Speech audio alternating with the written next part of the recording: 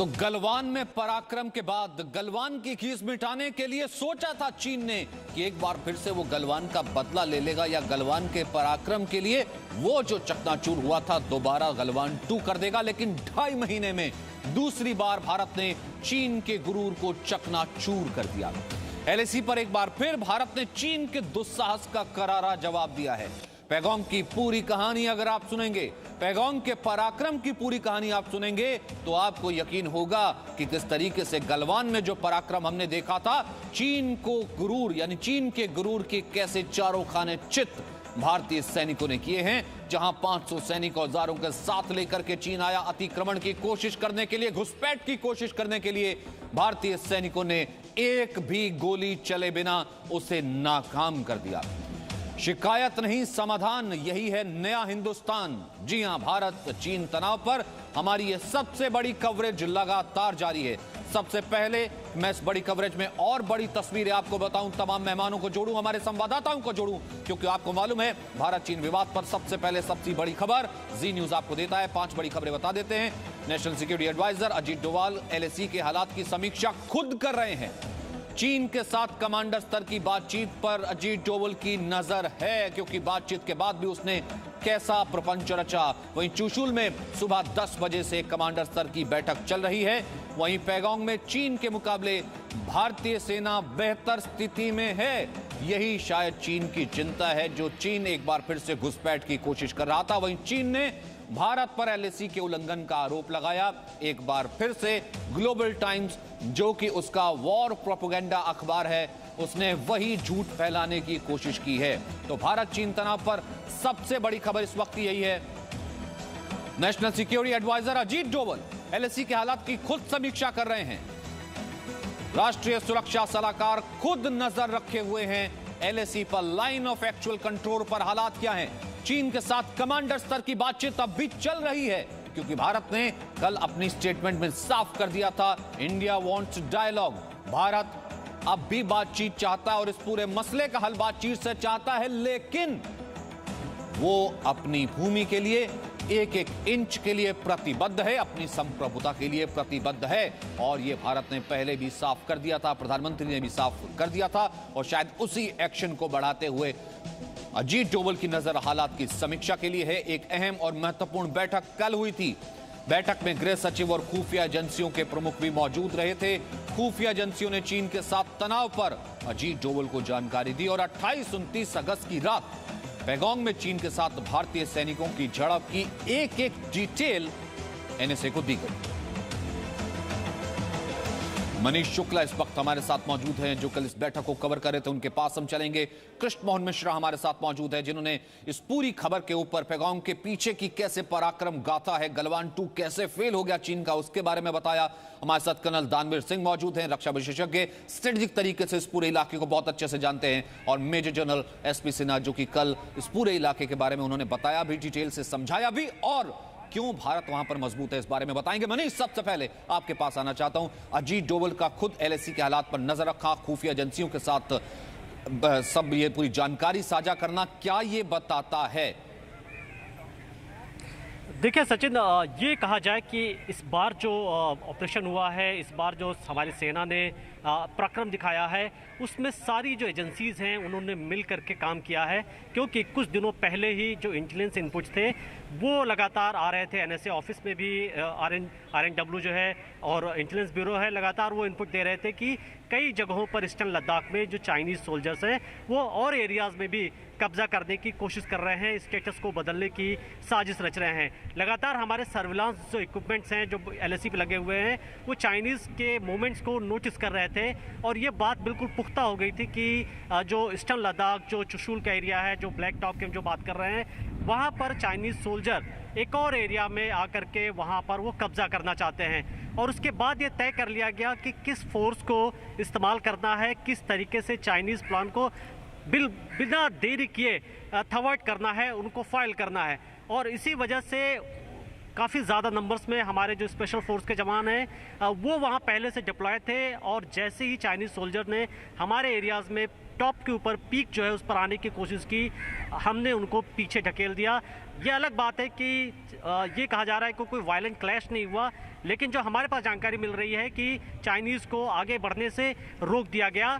और इस वक्त जो सबसे बड़ी बात है सचिन, कि क्यों सबसे ज़्यादा चीन परेशान है, एक के बाद एक स्टेटमेंट दे रहा है कि भारत ने वायलेशन किया है, जो उनके बीच बातचीत जो चल रही है। दरअसल इस बार जो हमारे सैनिक हैं वो बहुत ही स्ट्रेटेजिक लोकेशन पर बैठ गए हैं, बिल्कुल वो टॉप के ऊपर बैठे हुए हैं, जिससे वो चाइनीज़ के काफ़ी एक्टिविटीज़ को नोटिस कर रहे हैं। यही खींच है इस वक्त चीन की, इसलिए हम कल से लगातार कह रहे हैं क्या चीन युद्ध चाहता है। और ग्लोबल टाइम्स में उस ये देखिए, पहले मैं ये 3 तस्वीरें दिखाना चाहता हूं कशमोन, उससे पहले कि मैं आपके पास आऊं। एक तरफ गलवान के गर्व की तस्वीरें, वहीं पैगोंग में पराक्रम की पूरी गाथा जो आपने बताई, वहीं चीन के सामान का बहिष्कार। चीन क्योंकि चारों खाने चित हो चला है, इस कारण से उसने दोबारा घुसपैठ की कोशिश की। और कृष्ण मोहन मिश्रा, वो दर्शक जो अब तक नहीं जानते हैं, एक बार फिर से मैं चाहूंगा संक्षिप्त में ही सही साझा कीजिए कि चीन ने कोशिश की, चालबाजी की कि सदर्न साइड पर, दक्षिणी छोर पर बहुत ज्यादा एक्टिविटी नहीं होती है। उसे लगा ना इंटेलिजेंस इनपुट्स होंगे, ना बहुत सैनिक होंगे, वो औजारों के साथ जाएगा, घुसपैठ कर लेगा, लेकिन उसे पीछे हटना पड़ा। इस कारण से शायद अब वो ग्लोबल टाइम्स का सहारा ले रहा है इस खींच को मिटाने के लिए। सचिन, अभी तक जो 5 मई से जो भी घटनाएं हुई हैं वो पेंगोंग झील के पश्चिमी किनारे की तरफ हुई हैं। पेंगोंग झील के पश्चिमी किनारे पर सबसे पहले फिंगर्स यानी वो पहाड़ियां जो झील तक आती हैं वो हैं। उससे और आप अगर अंदर की साइड जाएं तो वहां पर हॉट स्प्रिंग है, गोगरा है, आगे गलवान मिलता है, और वहीं से ऊपर अगर आप नॉर्थ की तरफ चलना शुरू करें तो दौलत बेग ओल्डी, जिसको सब सेक्टर नॉर्थ या SSN कहते हैं, वो इलाका शुरू होता है। मई से अब तक सारी गतिविधियां यहीं पर थी। चीन नया मोर्चा खोलना चाहता है, वो इसलिए कि ताकि जब बातचीत शुरू हो, भारत हर हाल में फिंगर एरिया वापस चाहता है, भारत उस पर ज्यादा दबाव न डाले, इसलिए वो नए इलाकों पर कब्जा कर ले चीन, ताकि जब बातचीत की टेबल पर जाए तो उसके पास सौदेबाजी करने के लिए, नेगोशिएशन करने के लिए एक अलग से पत्ता हो, एक एक्स्ट्रा पत्ता हो। ये चीन ने सोचा। चुशूल रणनीतिक रूप से बहुत महत्वपूर्ण है। चुशूल की जो वैली कहलाती है वो बहुत खुली हुई है, वहां पहाड़ियां हैं, ज्यादा उनकी हाइट नहीं है, और उनके बीच में वैलीज हैं जो 2-2 किलोमीटर, 2.5 किलोमीटर तक चौड़ी हैं। बीच में गैप्स हैं जिनसे LAC के इस पार से उस पार बड़ी तादाद में टैंकों को ले जाया जा सकता है, बख्तरबंद गाड़ियों को ले जाया जा सकता है, सैनिकों को ले जाया जा सकता है। चुशूल भारतीय सेना के लिए बहुत ज्यादा महत्वपूर्ण है। वहां पर एक हवाई पट्टी है और वहीं से रास्ता आगे डमचौक, कोयल जैसे इलाकों की तरफ जाता है, जहां चीन LAC पार करके कब्जा करने की कोशिश करता रहता है। यानी अगर चुशूल के इलाके में चीन जरा सा भी आगे बढ़ता है तो भारत के लिए वो अपनी जगलर वेन पर दबाव महसूस करने जैसा होगा। चीन ने ये योजना बनाई थी, लेकिन भारतीय जो भी इनपुट्स आए, या ऑब्जर्वेशन पोस्ट के जरिए आए होंगे, सैटेलाइट इमेजरी के जरिए आए होंगे, लोकल इंटेलिजेंस गैदरिंग के थ्रू आए होंगे, और भारतीय सैनिकों ने इस चीज को प्रीएम्प्ट किया और प्रोएक्टिव कार्रवाई करते हुए पहले ही उन इलाकों में, उन चोटियों में जाकर बैठ गए जहां से चीनी सैनिकों के आगे बढ़ने की संभावना थी। बहुत शानदार ढंग से आउट मनूवर किया चीनियों के किसी भी पैंतरे को, और इस समय आज की तारीख तक भारतीय सेनाएं बहुत ही बड़ी जगहों पर बैठी हुई हैं जो रणनीतिक रूप से काफी ताकतवर स्थिति में एग्जैक्टली। और कर्नल दानवीर, क्या यही खींच है चीन की कि वो, उसके मालूम है कि अपने नक्शे में कुछ भी दिखाता फिर कि वो गलवान हमारा है, उसे मालूम है कि स्ट्रेटजी पॉइंट जो है भारत है, वहां पर भारतीय सैनिक है, वो कोशिश करता है गलवान का पराक्रम हम दिखा देते हैं। ये कोशिश उसने दूसरी तरफ करने की कोशिश की, यही खींचेगा क्योंकि यहां पर बहुत स्ट्रेटेजिक पॉइंट पर भारतीय सैनिक न केवल तैनात है बल्कि पूरे तरीके से मौजूद है। जी जी, कृष्ण मोहन ने बहुत अच्छी तरीके से इस चीज का इसको समझाया। और जो आपका जो मीडिया का जो नैरेटिव, ऑब्वियसली सरकारी जो बयान है उससे मेल खा रहा है, लेकिन जो मेरी जो जानकारी है, जो मेरा जो समझना है और जो भी है, तो उसके हिसाब से चाइनीज ने कोई हरकत नहीं करी है, और ये पूरी हरकत हमने करी है। अगर आपको याद हो कि चीफ ऑफ डिफेंस स्टाफ ने 3 दिन पहले एक चेतावनी दी थी कि युद्ध जैसी परिस्थितियां डेवलप हो सकती हैं। ये वो समय था जब हमने ये कोशिश करी, जब हम विफल, जब सारी हमारे प्रयास जो है बातचीत के जरिए मसले को हल करने के सब विफल हो गए, तो हमने कहा कि ठीक है, जैसा तुम चाहते हो तुम्हारी भाषा में ही हम जवाब देंगे। तो हमने ऐसे 4 पॉइंट्स चुने और उन 4 पॉइंट्स पे हमने प्रीएम्प्ट करके हमने अपने वहां पर फौजी बिठाए। और जब चाइनीज को पता लगा कि यहाँ पे हिंदुस्तान की फौज आके बैठ गई है, तो उनको डिसलॉज करने के लिए चाइनीज आए। और जब वो डिसलॉज करने के लिए चाइनीज आए तब तक बहुत देर हो चुकी थी। हिंदुस्तान की जो फौज है, खास तौर से स्पेशल फ्रंटियर फोर्स और लद्दाख स्काउट के जो वीर जवान हैं, वो पहले से वहां बैठे हुए थे। और ये मैं आपको बता दूं सचिन कि जब हम लोग वॉर गेम भी करते हैं तब भी ये जो लड़ाई की सिचुएशन में ये प्रॉपर टाइप वॉर गेम ये स्ट्रेटेजी होती है कि जैसे ही तनातनी होगी तो ये हाइट्स हम सबसे पहले पकड़ लेंगे। तो कोई ऐसा अचंभे वाला काम नहीं किया हमने। हमने अपनी रक्षात्मक पॉलिसी के चलते हमने ये हाइट्स पकड़ी और जिसकी वजह से चीन बौखला गया। और इसके अंदर भी मैं आपको एक और चीज वाज़ेह कर दूं, क्योंकि जो मैंने अभी अब पूरा कहानी सुनाई है इसमें कोई गलत फहमी ना हो, कि ये जितनी भी जो हाइट्स पकड़ी हैं ये इंडियन परसेप्शन के हिसाब से हैं। चाइनीज उनको नहीं मानता है इस इंडियन परसेप्शन को, और चाइनीज का परसेप्शन LAC का इन पहाड़ियों के हमारी तरफ है। तो ये बिल्कुल वैसे ही हो गया कि जैसे हम कहते हैं कि फिंगर 8 तक LAC है। ये बहुत इंपॉर्टेंट पॉइंट है, ये इंपॉर्टेंट पॉइंट है, और मैं इसी को ही कैरी फॉरवर्ड करते हुए सर, इसी को हम साथ कॉम्प्लीमेंट करते हुए प्रधानमंत्री की वो बाइट भी सुनवाना चाहता हूं जब उन्होंने कहा था कि हम विस्तारवाद में यकीन नहीं रखते, हम दूसरे की जगह पर नहीं जाते। हमने कहा कि यह हमारे इंटरसेप्शन से, यह हमारी वो है, और हम LAC पार करके नहीं गए। जिस दुष्प्रचार की कोशिश कहीं ना कहीं चीन करने की कोशिश कर रहा है, ग्लोबल टाइम्स में दिखा रहा है। पहले बयान सुनते हैं, उसके बाद SP सर आपके पास आता हूं मैं। विस्तारवाद का युग समाप्त हो चुका है। ये युग विकासवाद का है। बीती शताब्दियों में विस्तारवाद ने ही मानवता का सबसे ज्यादा हित किया, मानवता को विनाश करने का प्रयास किया। और साथियों, ये न भूले, इतिहास गवाह है कि ऐसी ताकतें मिट गई हैं या मुड़ने के लिए मजबूर हो गई। जिन कठिन परिस्थितियों में, जिस ऊंचाई पर आप मां भारती की ढाल बन करके उसकी रक्षा करते हैं, उसकी सेवा करते हैं, उसका मुकाबला पूरे विश्व में कोई नहीं कर सकता है। आपका साहस उस ऊंचाई से भी ऊंचा है जहां आप तैनात हैं। आपका निश्चय उस घाटी से भी सख्त है जिसको रोज आप अपने कदमों से नापते हैं। आपकी भुजाएं उन चट्टानों जैसी मजबूत है जो आपके इर्द गिर्द खड़ी है। आपकी इच्छा शक्ति आसपास के पर्वतों जितनी अटल है। तो जिसे कल शाम से ही कहा जा रहा था ना कि ऐसा नहीं था, क्योंकि चीन ने कोशिश की गलवान में पीछे से वार करने की, तब उसने पराक्रम देखा कि देखिए बिना गोली के हाथ से हड्डी तोड़ पराक्रम क्या होता है। वहीं दूसरी तरफ कोशिश की यहां पर चीन ने एक नया फ्रंट खोलने की, और कैसे खदेड़ दिया भारतीय सैनिकों ने और स्ट्रेटेजिक हाइट गेन कर ली, जो कि कर्नल दानवीर भी कह रहे हैं वो भी एक अजब और गजब पराक्रम गाथा है। वहीं इस वक्त की बड़ी खबर, पैगोंग विवाद को लेकर के भारत चीन के बीच में बातचीत अब भी चल रही है। कल भी जो स्टेटमेंट जारी किया गया था उसमें यह था कि चुशुल में फ्लैग मीटिंग चल रही है, कमांडर स्तर की बातचीत चल रही है, और चीन के कुछ क्षेत्रों से भारतीय सेना हटाने की मांग की है। कृष्णमोहन, इसके बारे में आपके पास कुछ और डिटेल? देखिए, कल भी लगातार बात चलती रही ब्रिगेड कमांडर लेवल की। वहां पर 114 ब्रिगेड है तानसे में, जो कि इस इलाके की सुरक्षा के लिए जिम्मेदार होती है। उसके ब्रिगेड कमांडर साहब हैं, और चीनी सेना के भी समकक्ष अधिकारी वहां पर मौजूद है।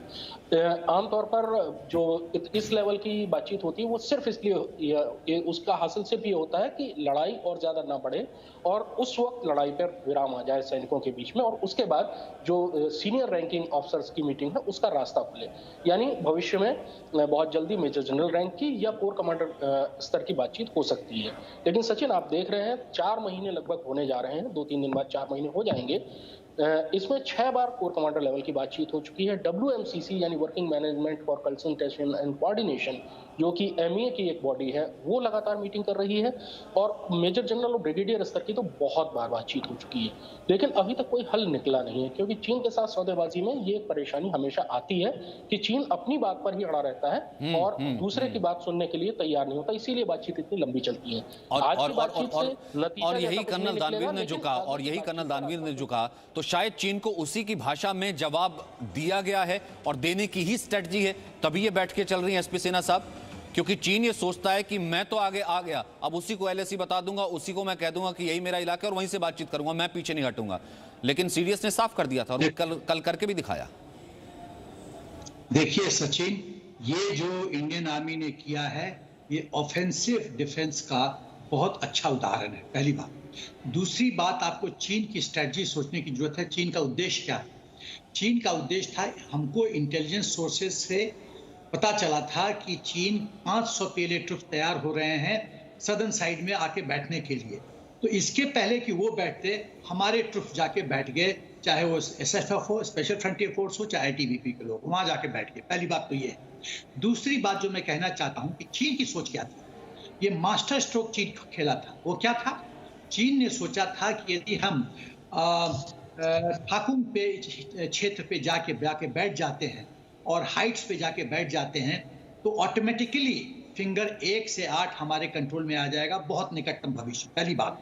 दूसरी बात है कि कंप्लीट पैंगोंग त्सो अपने कंट्रोल में, चाइना के कंट्रोल में आ जाएगा। तो ये बहुत खतरनाक मूव था। तीसरी बात कि चीन को डायरेक्ट एक्सेस मिलता चुशूल के लिए, और चुशूल में एयर स्ट्रिप है, तो चुशूल एक बहुत महत्वपूर्ण टारगेट है। 1962 में भी चीन की कुदृष्टि चुशूल पे लगी हुई थी, और यदि चुशूल कंट्रोल में आ जाता है चीन के, तो ले पहुंच सकता है और DSDBO रोड का इस्तेमाल करके इस तरह से कट ऑफ कर देगा लद्दाख को। तो ये तो बहुत ही शतरंज का बहुत ही डेंजरस खतरनाक मूव था, जिसको इंडियन आर्मी ने भांप लिया और ऑफेंसिव डिफेंस करके उसको अपनी पूरी तरह से सिक्योर कर लिया।